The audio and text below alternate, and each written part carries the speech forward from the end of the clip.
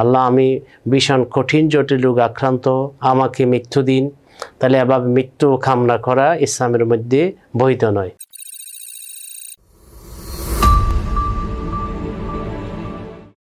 আসসালামু আলাইকুম ওয়া রাহমাতুল্লাহি ওয়া বারাকাতুহু। ইন্নাল হামদালিল্লাহ ওয়াসসালাতু ওয়াসসালামু আলা মান লা নাবিয়্যা বা'দা, আম্মা বাদ। সুপ্রিয় দর্শক, মানাহিল টিভির পক্ষ থেকে আপনাদেরকে স্বাগতম। আজকে আমি একটি বিষয় নিয়ে আলোচনা করব। বিষয়টি হলো যে মৃত্যু কামনা করা ইসলামে বৈধ কিনা।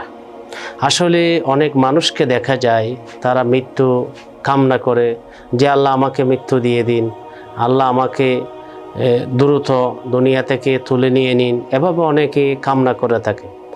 আসলে মহানবী সাল্লাল্লাহু আলাইহি ওয়াসাল্লাম তিনি এভাবে মৃত্যু কামনা থেকে নিষেধ করেছেন।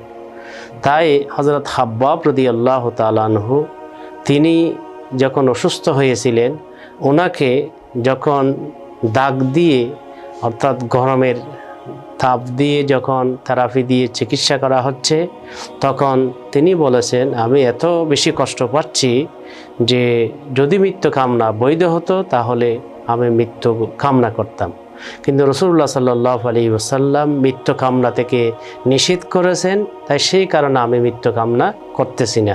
তাই সেই কারণে অসুস্থ হয়ে গেছেন, বিপদে আছেন, সমস্যায় আছেন, এই কারণে বলতে পারবেন না আল্লাহ আমি বড় বিপদে আছি, আমাকে মৃত্যু দিন, আল্লাহ আমি ভীষণ কঠিন জটিল রোগ আক্রান্ত, আমাকে মৃত্যু দিন।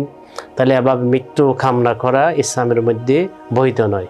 তবে হ্যাঁ, ব্যাপকভাবে কিছু কিছু পদ্ধতি আছে মৃত্যু কামনা করার। সেটা হলো যেমন কোরআনে রয়েছে রব্বানা আফরিগ আলাইনা সবরা ওয়া তাওয়াফানা মুসলিমিন, যে হে রব্বুল আলামিন বিপদের মধ্যে বা কঠিন পরিস্থিতির মধ্যে আমাদেরকে ধৈর্য ধারণ করার তৌফিক দান করুন এবং মুসলিম অবস্থায় আমাদেরকে মৃত্যু দান করুন।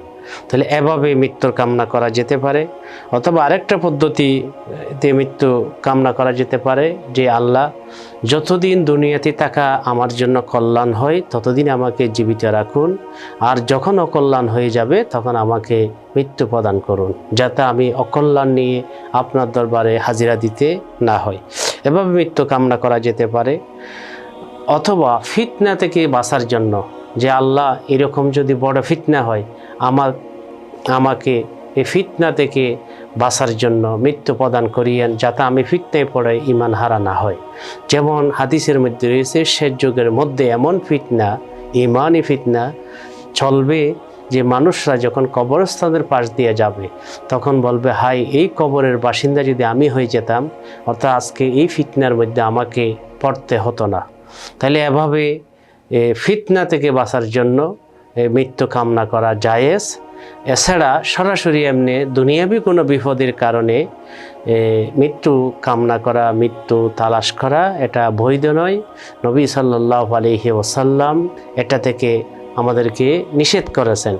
তাই সেই হিসাবে আল্লাহর কাছে আপনি মৃত্যুর জন্য সঠিক পন্থায় দোয়া করতে পারেন যে আল্লাহ যতদিন জীবিত আমার জন্য কল্যাণ হয় তখন আপনি আমাকে জীবিত রাখেন, হায়াতে তয়্যিবা দান করুন।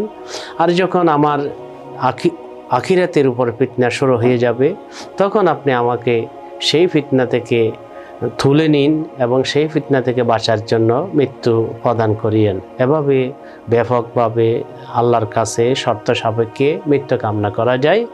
এছাড়া মৃত্যু কামনা করা উচিত নয়। আল্লাহ রাব্বুল আলামিন আমাদের সকলকে বোঝার তৌফিক দান করুন। সুপ্রিয় দর্শক, আপনাদেরকে অসংখ্য ধন্যবাদ। আসসালামু আলাইকুম ওয়া রাহমাতুল্লাহি ওয়া বারাকাতুহু।